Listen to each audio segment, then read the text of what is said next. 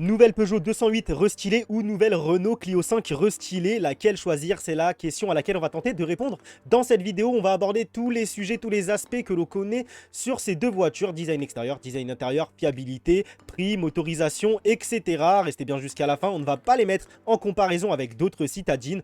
On aurait pu, n'hésitez pas à me dire en commentaire si ça vous intéresse que je fasse une vidéo un peu plus poussée avec d'autres citadines du marché français qui rentreraient en compte dans cette vidéo. En tout cas, là, on est sur deux best-sellers, la Peugeot 208 qui règne en maître, qui règne en reine sur le marché du neuf en France depuis de nombreuses années. La Clio 5 qui est troisième des ventes derrière la Dacia Sandero, ça se joue à quelques centaines de ventes près, à 200 ventes, un truc comme ça. Bref, on va tout voir dans cette vidéo. On va commencer tout de suite avec un petit comparatif visuel de ces deux voitures. On va commencer tout de suite avec la face avant. Dites-moi laquelle vous préférez. Le changement est vraiment drastique comparé aux précédentes versions. Enfin, pas aux précédentes versions, mais ce restylage apporte vraiment des éléments mais totalement fous. Comme je le disais, on dirait carrément deux nouvelles voitures.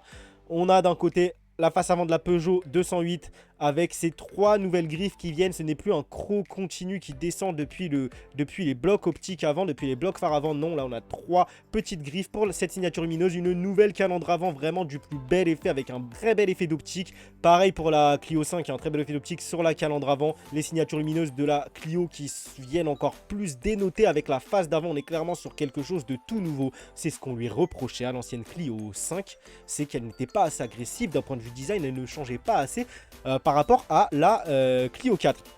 Dites-moi ce que vous en pensez, dites-moi laquelle est votre préférée sur cette face avant. Moi franchement je mets un égalité parce que les deux sont vraiment très réussis. Renault se sont décarcassés pour cette Clio 5 restylée.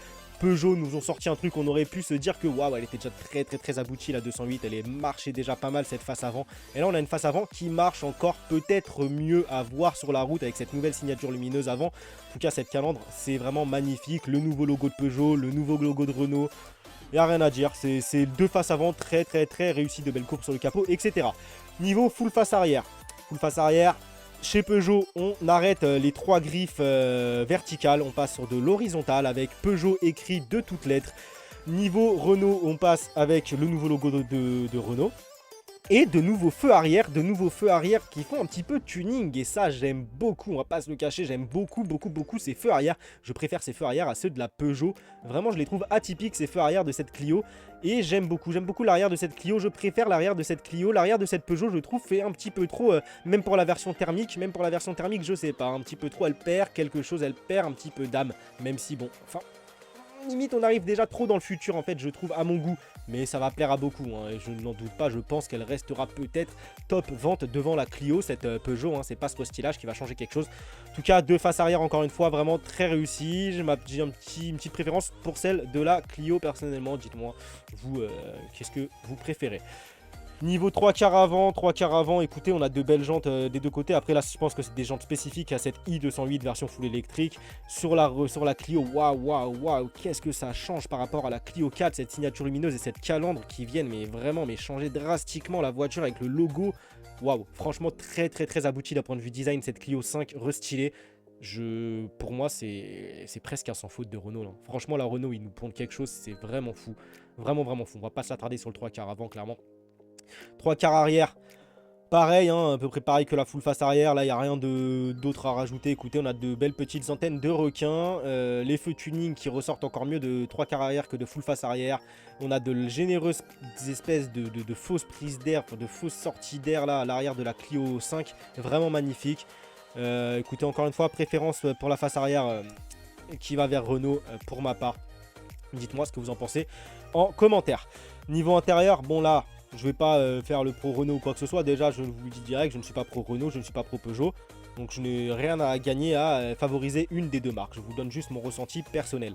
Niveau intérieur, niveau design intérieur, écoutez, on va pas se mentir. Peugeot met une claque à Renault, pas qu'une petite claque. Boum, ça s'arrête pas, franchement.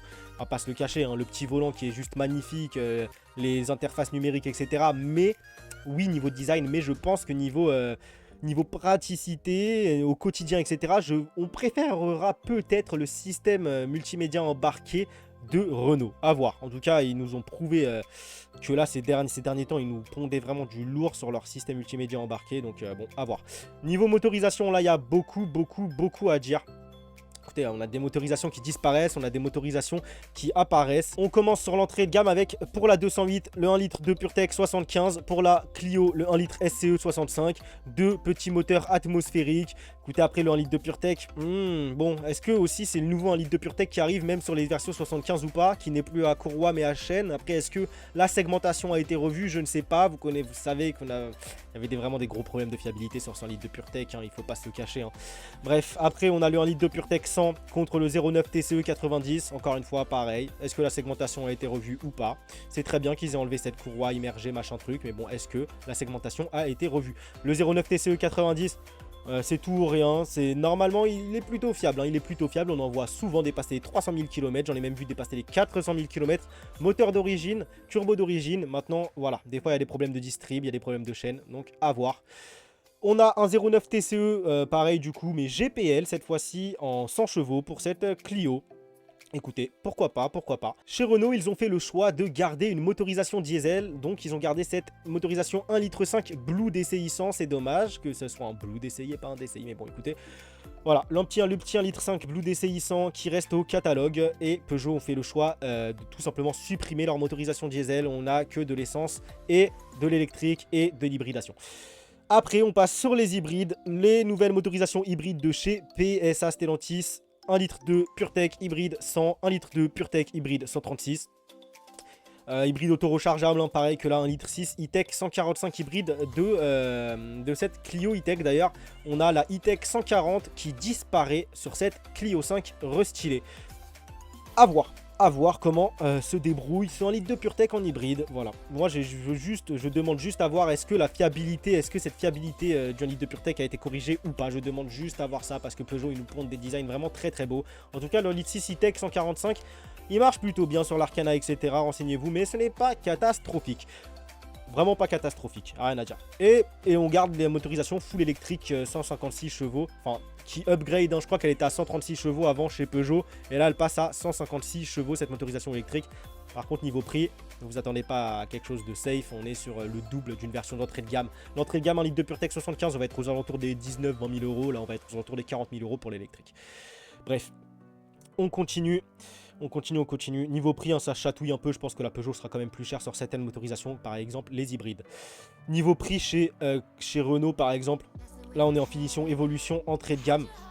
Le SCE 65 à partir de 18 500 euros. Je pense que ce sera à peu près pareil pour le 1 litre de PureTech 75 chez Peugeot. Le TCE 90, 19 600. Pareil, sera pareil à peu près pour le 1 litre de PureTech 100 à mon avis. Là, ils vont dévoiler les prix d'ici 1 ou 2 semaines, je pense, début septembre à la rentrée. Donc à voir. Le E-Tech full hybride à 23 600 euros. Là, je pense plutôt qu'on sera vers les entre 25 et 30 chez Peugeot pour leur motorisation hybride, clairement. À voir la motorisation hybride de plus petite puissance. Peut-être qu'on sera aux alentours de ces prix-là, mais à ce prix-là, on a plus de puissance chez Renault. Donc bon, écoutez, à voir. Ça, c'est vous qui voyez. Moi, personnellement, mon choix, je pense, se porterait chez Renault niveau motorisation, je pense. La 100 GPL à 20 300 et la DCI 100 à 22 000 euros. Voilà, niveau prix, niveau intérieur, waouh. Peugeot, bah ouais, ils nous pondent du lourd avec leur éclairage d'ambiance, leur e-cockpit, leur petit volant, la nouvelle calandre à l'avant qui fait vraiment extrêmement plaisir. Cette signature lumineuse, franchement, elle fait quand même haut de gamme, hein, je trouve. Je trouve qu'elle fait peut-être plus premium que l'ancienne griffe qui marchait déjà très bien, pardon. Chez Renault, bon, on n'est pas non plus, c'est pas non plus ridicule, hein, on n'est pas sur un intérieur ridicule, hein, mais on a toujours cette, regardez, les belles finitions esprit alpine avec les surpiqûres bleu, blanc, rouge, ces phares arrière LED tuning. Franchement, pourquoi pas. Après, voilà, là, sur les boîtes automatiques chez Peugeot, on a juste un petit bouton comme ça. Chez Renault, on garde un gros levier de vitesse. Voilà, je trouve que c'est un petit peu plus quand même épuré du côté Peugeot. Dites-moi ce que vous en pensez. Et après là, ça va être les goûts et les couleurs. Niveau design extérieur, moi je trouve que Renault nous ont pondu quelque chose vraiment pas mal, vraiment intéressant. Je trouve que Peugeot, bah, écoutez Peugeot, c'est Peugeot. Niveau design, on n'a rien à leur reprocher. Hein, que ce soit sur toutes leurs dernières 408, leur dernière 3008, leur dernier 2008. Tout va bien, tout va bien. Leur dernière 508 est belle. Finalement, cette signature lumineuse, elle marche bien sur la dernière 508. Niveau design, à mon avis, la plupart des Français préféreront rester chez Stellantis, rester sur Peugeot. Mais bon, niveau fiabilité, elle en a déçu plus d'un. Ils en ont déçu plus d'un, pardon. Et voilà, peut-être que les propriétaires, ex-propriétaires de Peugeot vont maintenant se tourner vers Renault. Même si, bon, une fois qu'on a été dégoûté niveau fiabilité, je pense qu'on ne refait pas. Je comprends qu'on ait envie de passer sur du japonais et qu'on préfère partir sur quelque chose avec une fiabilité sans faille, sur quelque chose où on sera sûr de ne pas être déçu. Quand on a trop été déçu à un moment, c'est le ras-le-bol, et voilà, on part sur quelque chose qui ne nous décevra plus. Écoutez, c'était tout pour cette petite vidéo. Dites-moi ce que vous en pensez en commentaire. N'hésitez pas à me dire si vous voulez que je vous fasse un petit comparatif avec plusieurs citadines qui rentrent en compte. Je sais pas, la Toyota Yaris, de la Dacia, de la Kia, des trucs comme ça. N'hésitez pas à lâcher votre like, ça fait toujours extrêmement plaisir. N'hésitez pas à vous abonner si ce n'est pas déjà fait. On se retrouve très vite pour une prochaine vidéo. C'était Taikar, portez-vous bien. Ciao, bye.